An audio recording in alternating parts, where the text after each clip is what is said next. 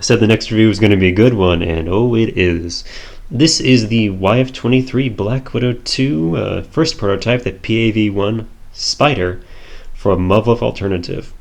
And so, similar to the idea that all the airplanes in our world are now giant robots in the Muv-Luv world, they also had the ATF competition, which was a fly-off between the YF-22 and the YF-23. So this is the loser right here, just like in real life, the YF-23. This is another figure in the A3 line by Volks again, about 7 inches tall, all PVC construction other than the A-lock joints all around. This figure is definitely gorgeous. I love the dark gray body, kind of highlighted by all the little bright green parts all around the body, and also has some nice tampo detailing. You can kind of see here there's an 01 because it's the first prototype. It says on the chest here, N/MD ATF. This is actually a product of Northrop and McDowell Douglas and part of the Advanced Tactical Surface Fighter competition. So that's kind of cool there. And as a nod to the actual PAV-1, you do have a little hourglass on the chest right there. And also a little YF-23 on the side there. So again, very nice looking figure all the way around. Large jump units that make it kind of back heavy, and that's sort of the only problem with this figure, is that it's back heavy and he has kind of small joints. Articulation is pretty good. He does just have a very basic swivel waist right here, and this you can see the whole thing just sort of pops off if you do it like that. And you can see these are actually white before they do all the painting on them, so that's kind of cool. Head is pretty nice. There's a ball joint at the base of the neck. It allows the head to go left and right pretty well. Although to this side it actually sort of rises up a little bit. That's just kind of how these things are a bit asymmetrical because they are hand sculpted. The little mount pylons in the back, all the mount pylons on this thing actually do have a hinge. You can kind of see they actually move up and down. They're kind of loose on this. This would be just a case of like thickening of that little peg that goes into the shoulder there to make sure they stay in there. The shoulder pauldrons themselves are very nice and wide. They actually hinge up on an A-lock joint, and they can also kind of move a little bit in and out. The whole reason being is so that you can get the arms to swing in and out, and also they move up and down on an A-lock joint. And there's also a bicep swivel. There's a nice deep elbow joint right there. This is kind of, you can hear the click click click of all the A-lock joints. And putting all that together in combination with the simple peg-in wrists allows you to do things like put in one of his guns. He comes with 2 guns for the hands. And put in a splayed hand, and you can totally have him holding his gun with 2 hands, which looks totally hardcore because on these guns the foregrip actually has spikes on it for stealthy purposes. So you have the spiky fingers of the robot grabbing spikes. Very, very hardcore. So, looks pretty cool. If we kind of move down and talk a little bit about the articulation below the waist. For whatever reason, these things move. Little blades on the crotch there. I don't know if that's intentional or just for the construction of the toy.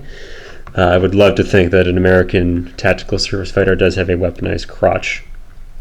So with the legs, the whole idea is that you have these skirts, which are where the jump units on the back here, and these are what kind of look a lot like the fighter this is based on.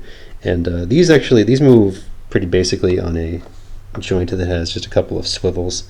It actually works pretty well on this. Only problem is they kind of work their way out the more you twist them. So just kind of remember to push them back in as you're moving them around. But with the skirts, that's just kind of what limits the articulation of the hips here. You can kind of see you can actually get the hip all the way in and out. There's a fairly wide splay in the hips, also coupled with the ability to tilt the ankles. You can get this guy into kind of a decent wide-legged pose. Again, you're just kind of limited by his sense of balance with those big jump units in the back, and the fact that his feet are kind of small. Think about these skirt plates though. They're kind of hard to move, I found. So what I tend to do is just kind of, I'll take this off just to get at it easier, is to just pull this out. And you can see the peg is actually kind of squared off. And you can kind of get it to move, and it will kind of click, like a soft click in each position.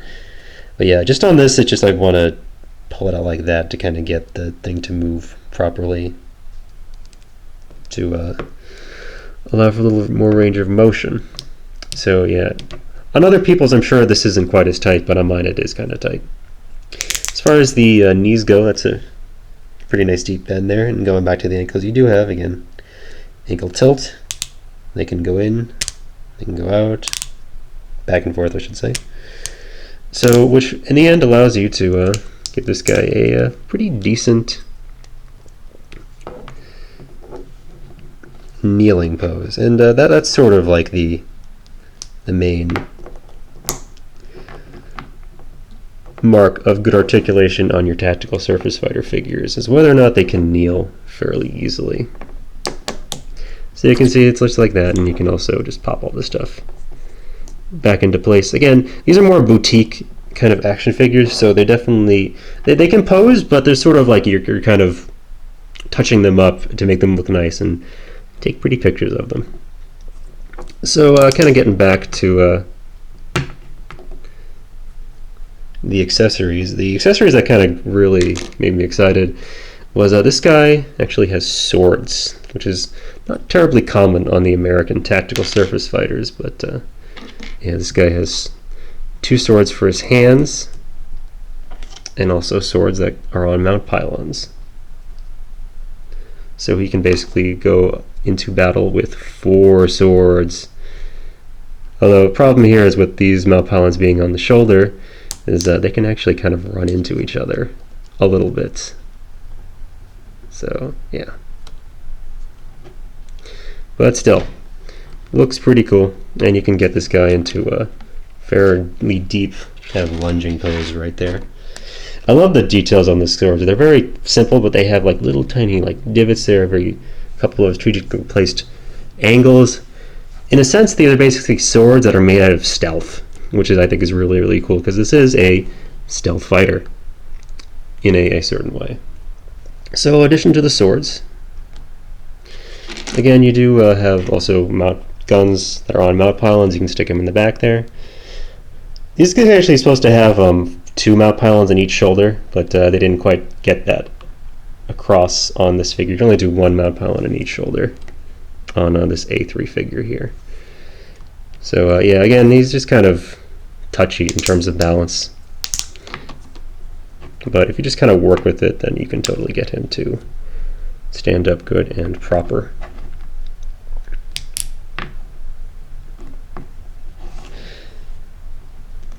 Yeah, it's a little fussy, definitely a little fussy. Yeah, you do it like that, and also another nice pair of accessories are a pair of hands with knives in them. Because that's still the kind of the thing with the American fighters. They're always about knives. And this guy has his knife pointing downward. And they actually did take the time to do some nice gray highlighting on the knife there, although it's all black. So yeah, that's kind of the basic overall thing there. And also, I didn't show this off, but there's these little plug-in things for the back of the knee. This is just for the sake of aesthetics, so you can make it look like it does in the line art. Overall, the YF-23 is a fan favorite among Muv-Luv fans. The figure does it justice. It's a little touchy in terms of like balance and some of the articulation. And the only thing I'm really disappointed in is I wish this was more of a like crunchable, kind of an ab crunchable joint in there. It hasn't. I wish it had an ab crunch, I should say. But yeah, this guy was a regular release. The all gray PAV-2 Gray Ghost was a limited release. They can be found for around $40 to $60 on the aftermarket. So jump if you see one. Pretty cool looking figure. Again, has his balance issues.